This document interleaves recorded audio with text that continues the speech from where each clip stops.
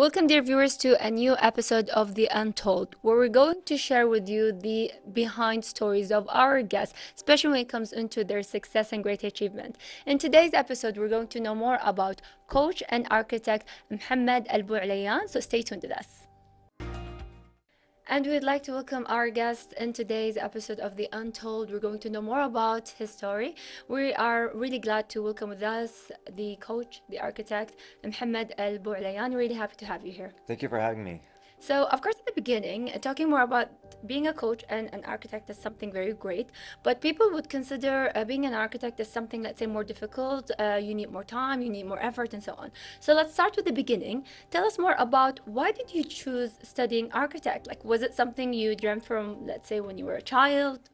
Um, I wanted to be an architect a long time ago, since I was a child. I know it's a bit cliche, but ever since I was little, I was very interested in how houses were put together, why the houses are shaped the way they were, and it was just interesting to see, just as I was going to school, seeing houses pass by, and I was interested on why they looked like that. Yeah. Um, when I graduated, um, when I graduated, I went into business actually, just because I felt like I was pressured. Everybody in my family was going into business and banking, and I think that was like the standard. And I felt like I should also fit into this mold. However, I was always interested in art, in history, rather than numbers. However, I did it anyways. So I studied in Oregon. I did a bachelor's in business actually. Um, During my third year in business school, I decided that I hated this field. Yeah. I know it's a great field and people, enjoy it, but it wasn't for me. And so, as I was taking business classes, I was also taking a lot of art classes on the side just because I love it. And then eventually, I decided that it's not for me, and I wanted to continue into architecture. Luckily, the university that I was in, it allowed me to graduate with a bachelor's in business and continue into a master's of architecture without Oh, needing. that's really great. Yeah, it was a bit challenging to get in, but because I had a big portfolio from all the art classes that I've taken, I was able to actually get into that master's program. This is something really interesting, I think, that people should know about, because people usually think that if they major in one field, this is set for life. And I don't think that is true. There is always Let's say a path that you can the- actually see to. exactly, you just have to kind of look around, but you can always take a different path. And so I just finished my bachelor's, went into master's, and my master's around 3 years. And so that's how I ended up into architecture. Yes. While I was in university, I got into fitness. So I was doing all sorts of fitness. I got into bodybuilding, I got into martial Because I arts. mean, you're into studies, therefore you're gonna eat, but you don't wanna, let's say, gain weight. So getting into fitness is something reasonable in that sense. True. Actually, like how I ended up in business was sorry, how I In ended up coaching. into sports was I was always very, very skinny. Growing up, I was very scrawny, very underweight, and going to the US, it almost kind of like provided an opportunity to change my identity. And so I got into I started joining like martial arts classes just because I wanted to try them, and then into those arts classes, I got introduced into fitness, the conditioning classes, and I got very, very passionate about it. Yes. And going into architecture, it's a very, very, very difficult field to major in. And so we would spend around maybe 8 to 10, sometimes 12 hours in university. And so I would actually just take a break and go into the gym just to blow off some steam, kind of just like shake things up. And then I would go back to class a little bit more recharged, a little bit more, I would have a little bit more inspiration, let's say. Yes, because it really does help when you go to the gym and you, let's say, start to do an exercise. I mean, just going on a treadmill itself would release that kind of negativity and vibes that you actually feel, even when it comes into pressure. So it's such a quiet relief that you actually managed to do and to find that path, let's say, within, let's say, your studies itself. So going back to being an architect, people would say that this field could reflect your personality. Therefore, therefore, if you are into these specific details, that means that you're a person who is really picky when it comes into his life and his details and everything. Like, does that really reflect you in a way?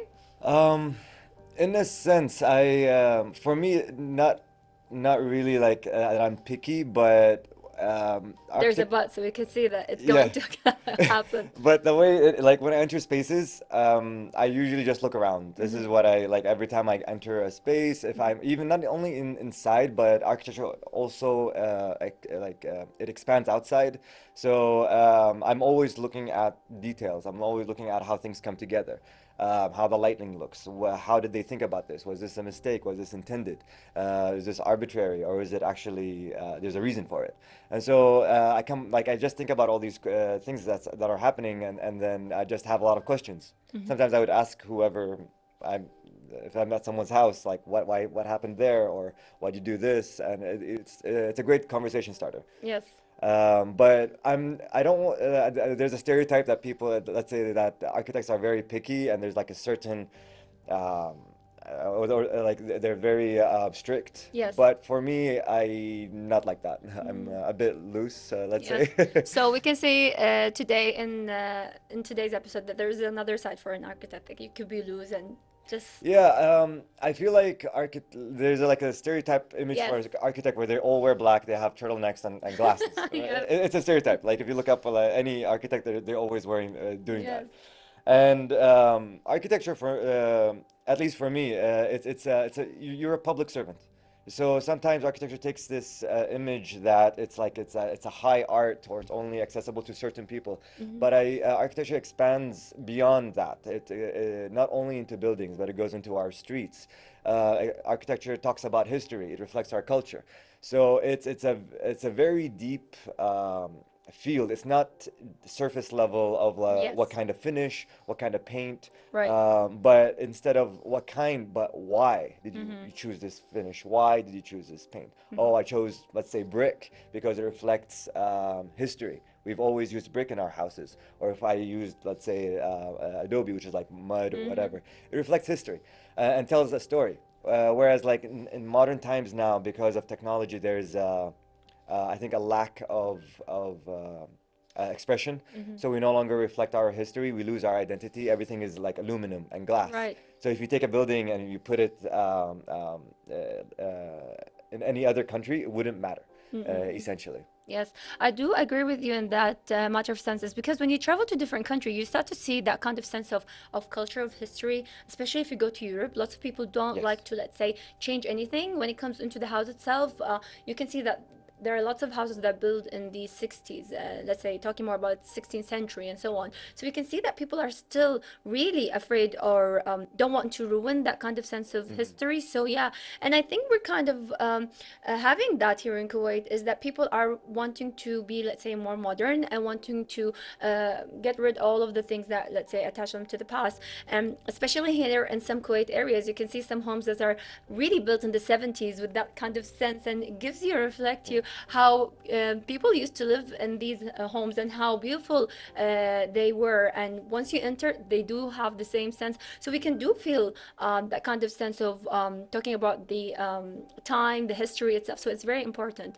So we talked about architect and how you felt through the field itself, but when we come back to your lifestyle as, let's say, going to sport and gym, tell us, how did you end up being a coach? Yeah, it's a funny story. So, just a little bit about me. I've been practicing architecture for about 8 years now, and I've been practicing, or I've been coaching, let's say, for a little bit over 13 years now.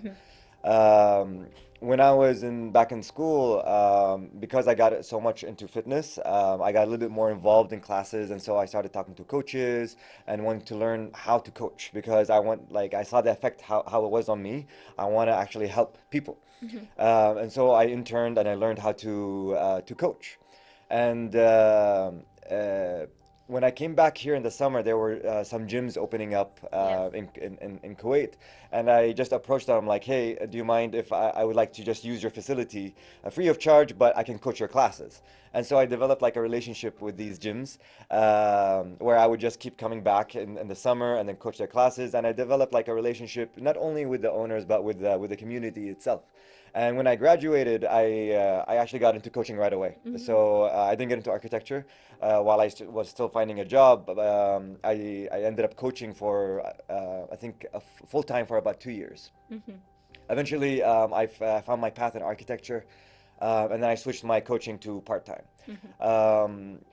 Coaching is a passion. It's not something that I do for, let's say, monetary gain. I love to coach. I love improving people's lives. It's not about like looking, let's say, losing weight or looking good. Yes, everybody has that goal, but for me, it's just improving everybody's quality of life. If I improve one person's quality of life, it will probably spread to their family members, and so like I would improve, let's say, a family, but just because like I've been giving attention to this person, delivering, good coaching, let's say like good, just delivering good coaching Yes. in Methods, general. ways, and journey. Yeah, so Exactly. it's not just for Yes, yes. it is. It's purely passion. I love fitness because of how it affects people in general, and I found an overlap between that because the way coaching gave me a lot of confidence. So being able to lead a class, eventually I could lead a company. I could lead a project, and so there's an overlap in that for Yes. me personally, but also like how to deal with clients. So the same way I would deal with my running a class, I would deal with a client, and people are the same in both. People are the same in general, so Yes. there's always this overlap, and so I get exposed to all sorts of people and all sorts of personalities, and I understand how people function, that I can empathize with them, I can relate to them on a personal level.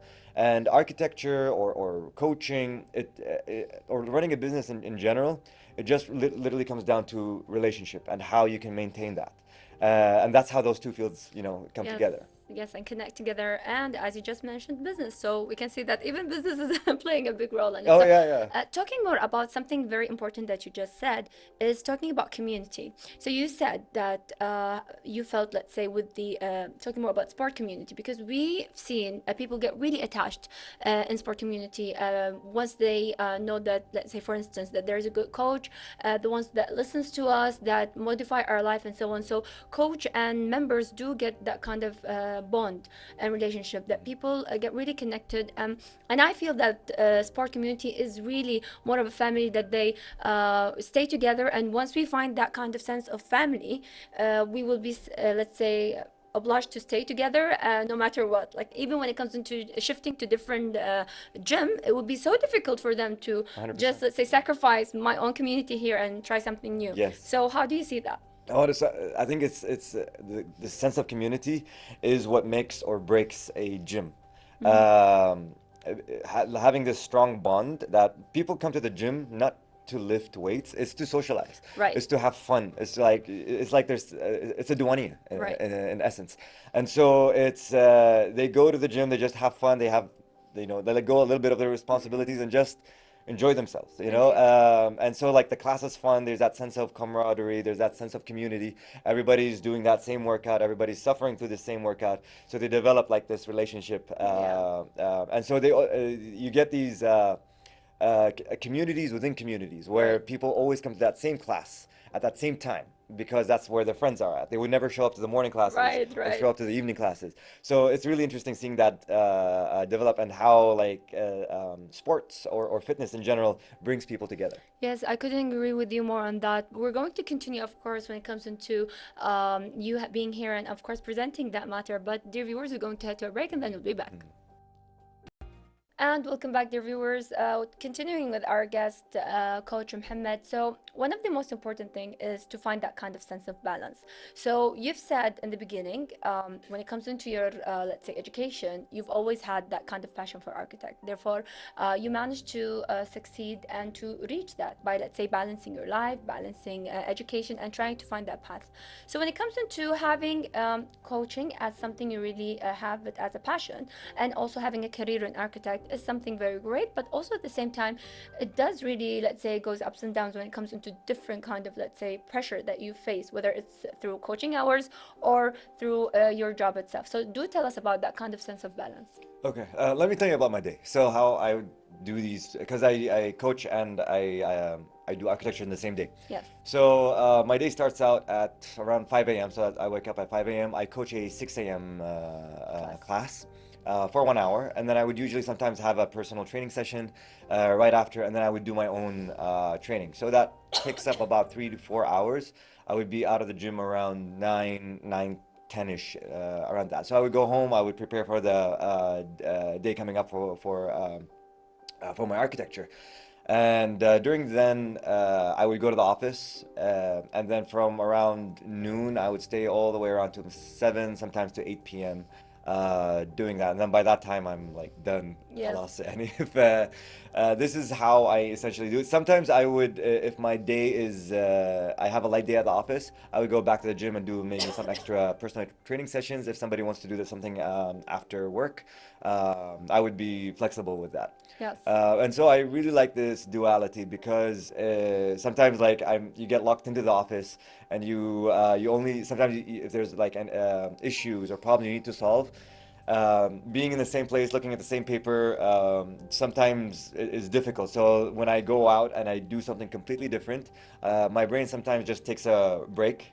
And then when I come back to it and look at it with fresh eyes, I see new solutions. Right. Sometimes if I'm training also, maybe early in the morning, or even late at night, sometimes I would get inspiration about an idea that I had no, I was stuck on. Yes. So it just like pops in my head. Oh, like, oh, that's a solution. Just Yes. just like that. Instead of just like staring at it, hoping something or forcing something to Yes, happen. yes, and I believe that everything comes by its time. So, I mean, having that is something very great, and to have that kind of balance is something even greater. But I do have a question about the 6 a.m.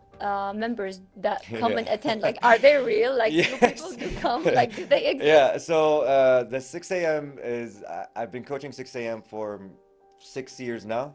I've almost had, they changed slightly, but it's the same group. I have about sometimes 7 to 12 people show up to my class. It's the same people. And so we've developed this sense of community. So it's really, for me, it's really humbling that people show up for me. And so because they show up for me, I show up for them. So sometimes people like, I always ask me like, how do you wake up so early? I'm like, because I have a responsibility. I cannot not show up to that class. And so it's a great way just to start the day because while before anybody wakes up, you've already like completed so much, so if you get this sense of accomplishment so early in the morning that it sets the tone for the day. So you're set for, you have this mentality for success, for positivity for the whole day. Instead of like, let's say, waking up, you're late for work, and then like the tone for the day is already like just, Right. you already set yourself up for failure. So for me, the morning is so sacred that whatever you do in the morning, this is just my opinion at least, whatever you do in the morning really sets the tone for that day. Yes. It's like how you start your day does actually show how your day is going Oh to yeah, continue. it snowballs. It snowballs. Yes, yes, indeed. Like, to be honest, I did try once. I joined a gym and I made sure that they open at 6 a.m. and it was available. I did attend some classes at that time itself, but then that's it. Like, I It's couldn't do more difficult, because, yeah. especially talking about my morning job, is that you have fixed hours. Like, you have to be at your job at 7:30. Therefore, it's just the amount of time that you just come running in and trying to, let's say, fit all the things together. But I mean, it's a very beautiful way to start. Lots of people would say, especially when the weather starts to become beautiful in Kuwait, that we've seen in the morning, people do jog in the morning. We can see them, let's say, in the neighborhood, trying to, let's say, move a little bit. This gives them a very positive vibe for them to continue the day itself. Yeah, it's very So inspiring. this is something very great, and hopefully people would like to consider it more often and to, let's say, having it as a habit itself. So having that said, I'm very sure a lot of people, especially the ones that start to know you in the gym, starts to ask about your job. Like, is this your main job? And then they discover that you're an architect. Yeah. So tell us about that kind of, Yeah. let's say, review that happened, feedback that happened after Yeah. knowing it. So this is what I love about the gym, and it's really like the kind of gym that I go to. Because the gym that I go to is class based, so it's it encourages community versus like a regular gym with just machines and Right. everybody's with their headphones and Yes. nobody's talking to each other. It's not like that. So it is in essence it's like a duania. And for me, I'm an introvert. I don't like going to Oh, interesting. going to like socializing Yes. or duanias.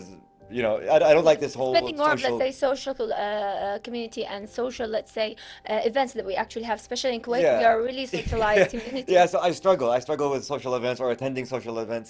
And so the gym became this social event for me daily.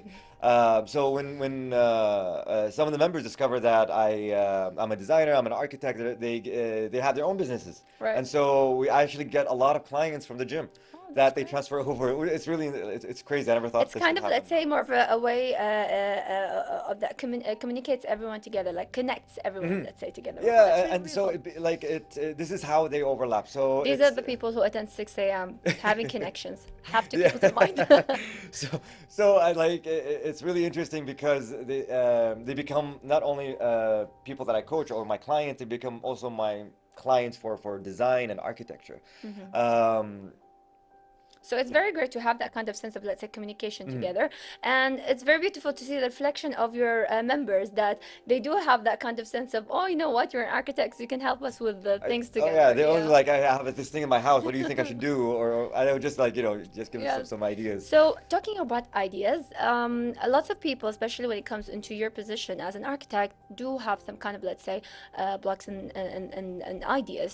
Therefore, you have to always have that kind of sense of inspirational thoughts or, let's say, methods that we actually do to emphasize on a specific, let's say, idea or thought. So do you have that kind of sense, let's say, of, let's say, rituals that you do in order for you to start, let's say, to have more ideas, get inspired, especially when it comes into architect?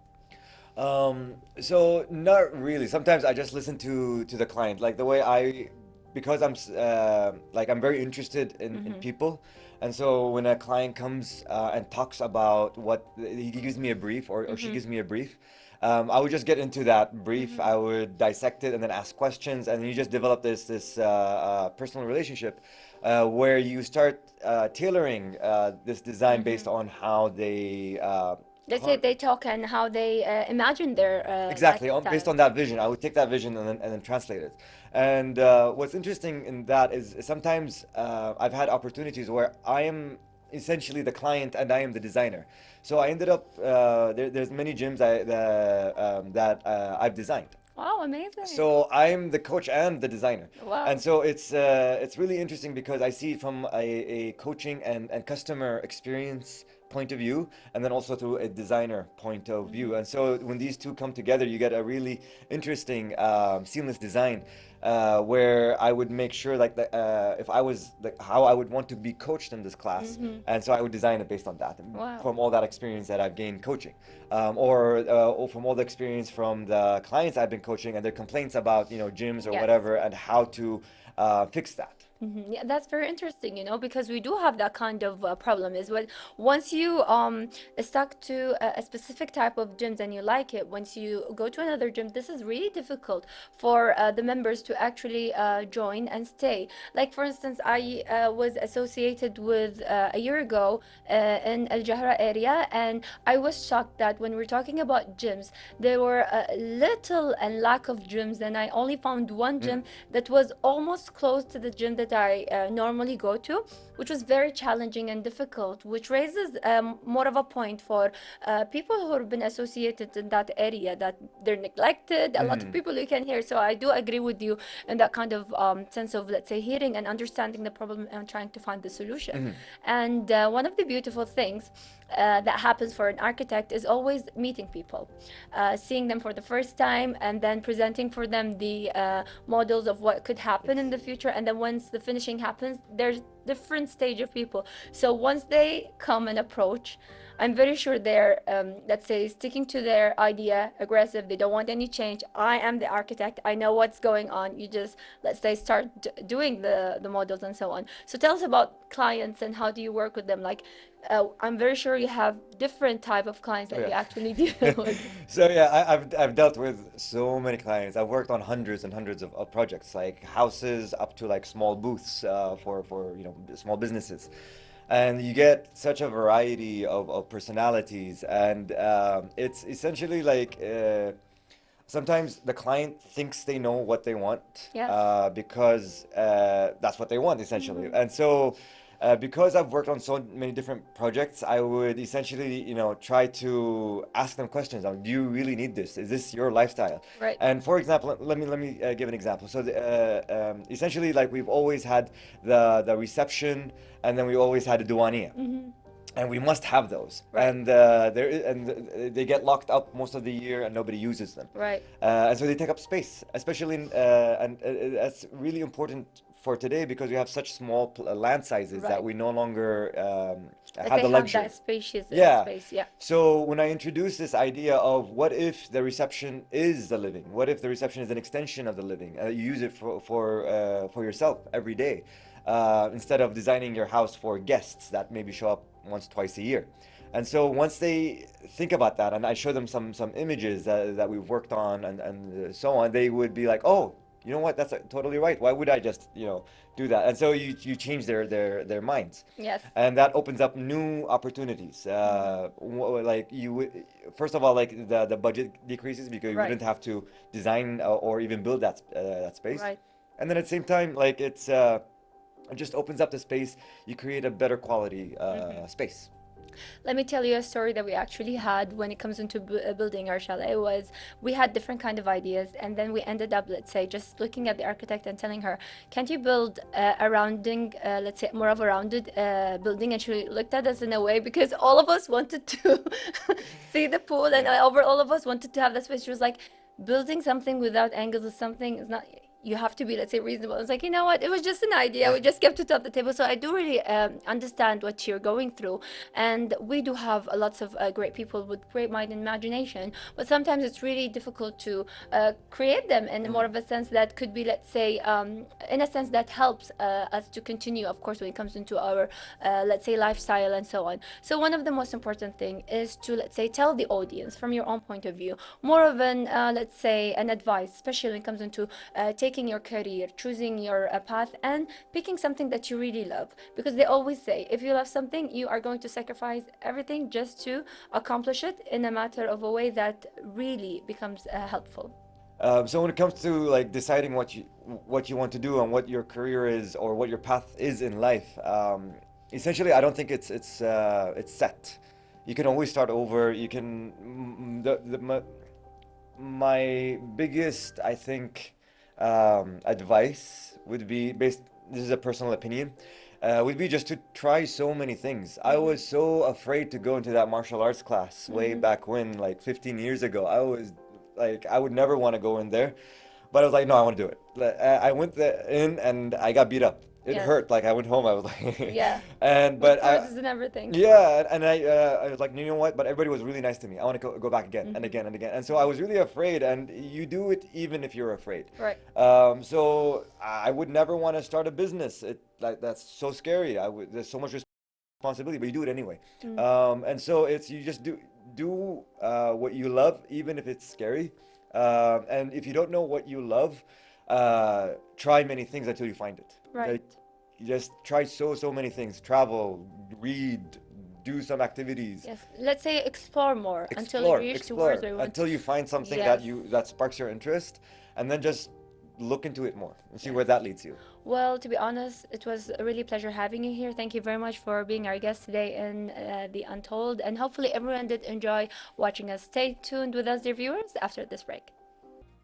And with that, dear viewers, we reached towards the end of today's episode of The Untold. We've seen our guest and we've seen how amazing he was, especially when it comes into choosing his path and career, and not being really terrified when it comes into having these kind of sacrifices. So hopefully everyone could take him as a role model, and remember to choose something you love in your career.